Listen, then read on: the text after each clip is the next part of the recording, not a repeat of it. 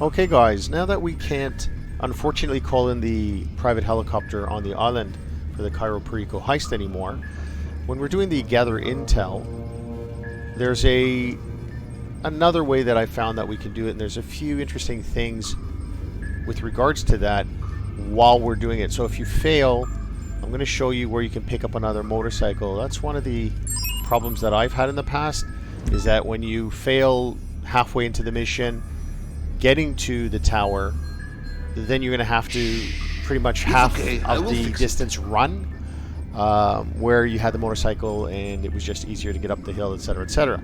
So let's do that now, and let me show you how to do it and where to go to pick up a second motorcycle. I'll fail it so that you can see exactly what I mean and how to pick up a second motorcycle. And as a matter of fact, this motorcycle respawns every time, so it's actually unlimited. Alright, let's do that now. As we're approaching the airplane, I found something quite interesting. If you take out the guy in the middle between the airplane and the van, the guy underneath the airplane will run to the van. So check this out. Oh, see, I'm targeting the van now. You don't want the van, you want the guys there. Now let's see if the guy there that I'm targeting will run, there he goes, to the van. How cool is this? So this effectively clears out everybody with the Sea Sparrow, and we can just get into the airplane. Away we go.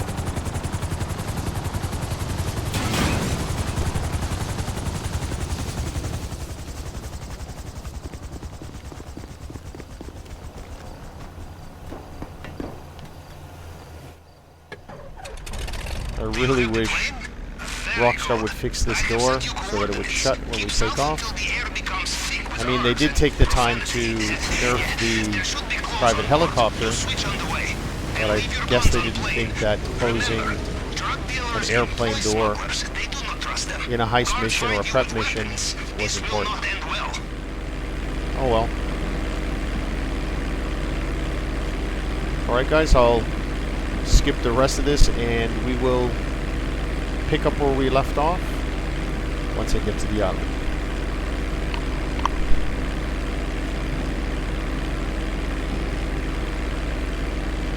Alright, so now that we're on the island, the first thing that I do is I run to the motorcycle and I try to get to the tower.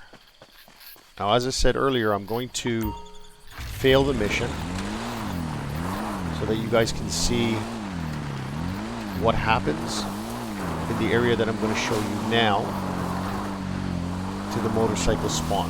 There's already one there, but when you fail it, there's going to be two. So basically, every time you fail it, another one will show up there. So follow the path that I'm going. This is proper, this is right. Try not to hit. Oh, I really wish Rockstar would put so many things here, but anyways. You want to go to, if you look at the bottom left-hand corner, you got to watch out for that guy so he doesn't catch you out. But where he is and where his field of view is, the guy that's pretty much by that fork in the road, that field of view is where the motorcycle is now. He's turned around the other way, so we can go here now. And you will see here, let's start, that there is a motorcycle here. Where is it? There it is. See it? There's actually two. Wow. Pretty cool. Oh, I got caught. Okay, perfect. So, if I hadn't have gotten caught, and that's a bit of a glitch because there should only be one, and when you go back there, another one will spawn. But that's okay. So you get the general idea that that's where you need to go. Now, since I failed it, what I do is I'll grab the Jeep, and I'll go back there and grab one of the motorcycles. But as I said before, if that didn't happen, the glitch, and there was only one motorcycle there, and the one that you were on, and you got caught as I did, then there would be two when you went there. Now, if you tried again, and you kept failing it, which some people will do until they get the hang of it, you basically have, as I said earlier, an unlimited supply of motorcycles. So you don't have to do this ever on foot. Okay, so let's go there now. And then once I pick up the motorcycle, hopefully not get caught, I will show you guys how to get across the fence area, with which a lot of people find a lot of trouble with. Even I sometimes find, just because of timing, it can be a real pain in the ass burger. Yeah, okay. We've got to guide the tower. They're random, and unfortunately we have a tower guy right now, so we have to be careful so that he doesn't turn around and catch us. Okay. Thank you, tree. Let's grab the motorcycle that I once had, and let's go. Wow. Just made it. So you want to come up here,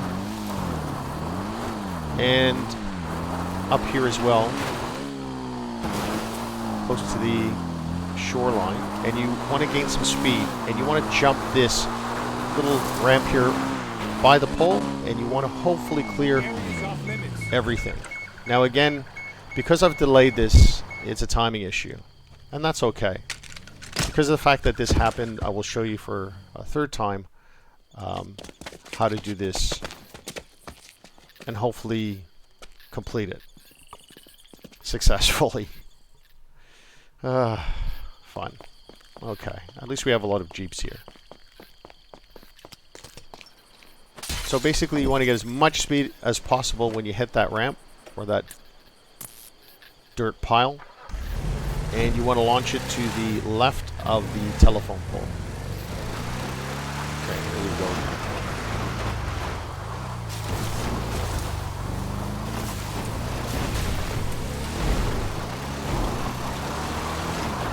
So just follow the fencing area here. Try not to have these little sticks and twigs that seem to stop cars, trucks, and tanks. A little bit of realism issues here. Okay, let's wait for the guy to perfect turn around. Let's go pick up one of the motorcycles. And let's see if we can complete it successfully this time.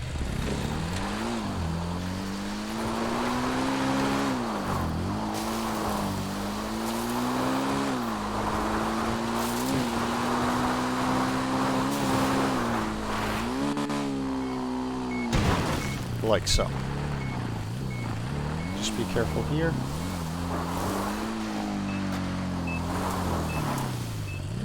Just wait here, where I am. If you look at the minimap, once he turns around, go.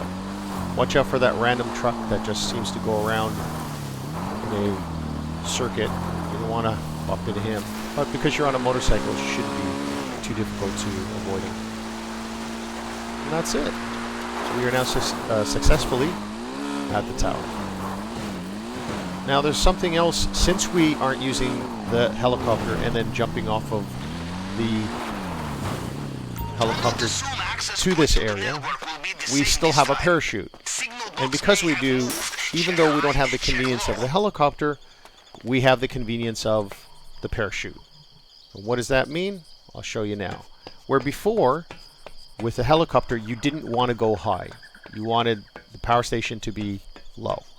Now, you want it to be as high as possible because we want to get to the top so we can jump with a parachute, which I will show you once I hack into Volt Lab.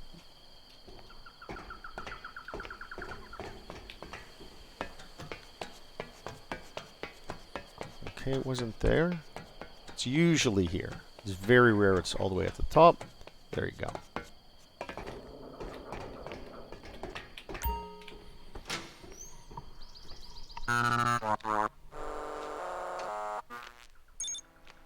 Okay, we need to get a 20. So on the left we've got an 8, a 1, and a 3.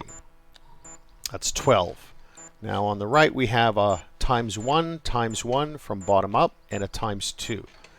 So if we go 8 times 2, that's 16, 3, 19, and 1 is 20. So if you just go straight across from the left to the right, it should equal 20. There we go. That's how you do this one. It's really easy once you get to know it and the hang of it. I am in. The app is on your phone. Let us do some window shopping. the other thing we need to do is we need to check out what gold areas in the compound actually have gold, because that's going to help us tremendously if it's close to us and we can open up one of the doors, because it'll fill up more than half our loot bag, which means we just need one or two other secondary loot to fill it up, which saves time and gives us a better chance of pretty much completing the mission under 15 minutes and hopefully getting the elite challenge. So we want to skip everything. After the basement, you want to skip everything until you get to the west storage. From here on in, until we get outside again, you want to search to see if there's any gold. There we go. We have 1 gold. Now this is worth noting down.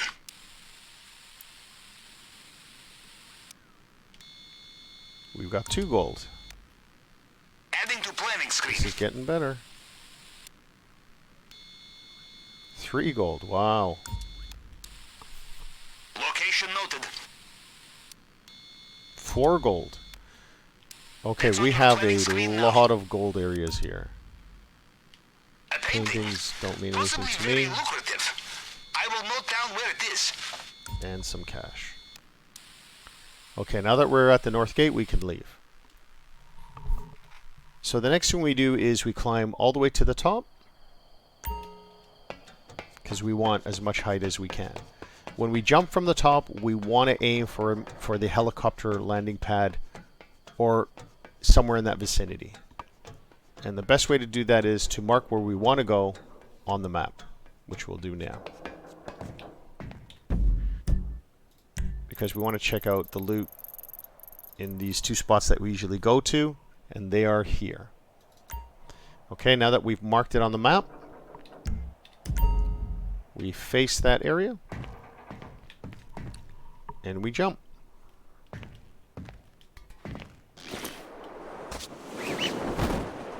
And we try to get as much distance as possible without getting caught.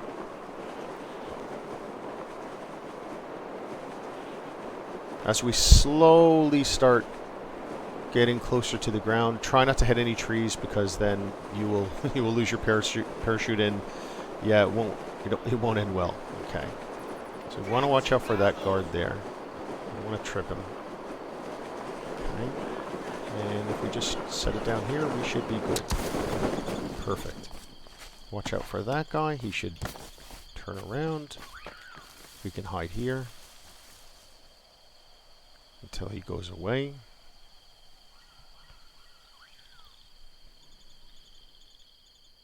If he goes away. And watch out for that other guy. This is pretty crummy timing. That's alright, I think we're okay.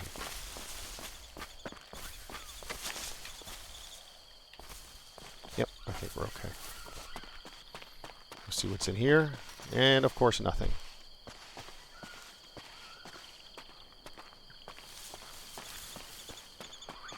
This is taking a risk. Big risk. If he turns around like that, we're caught. You should not be here. So, we didn't get to the other side, which is fine.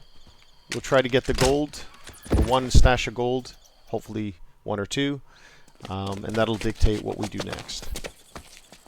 But that being said, there's the easier way of doing the Cayo Perico prep mission, now that we don't have the helicopter. As for the rest, you can watch my previous videos that will show you pretty much the entire run and some fun things to do while you're in it, especially with a stone hatchet.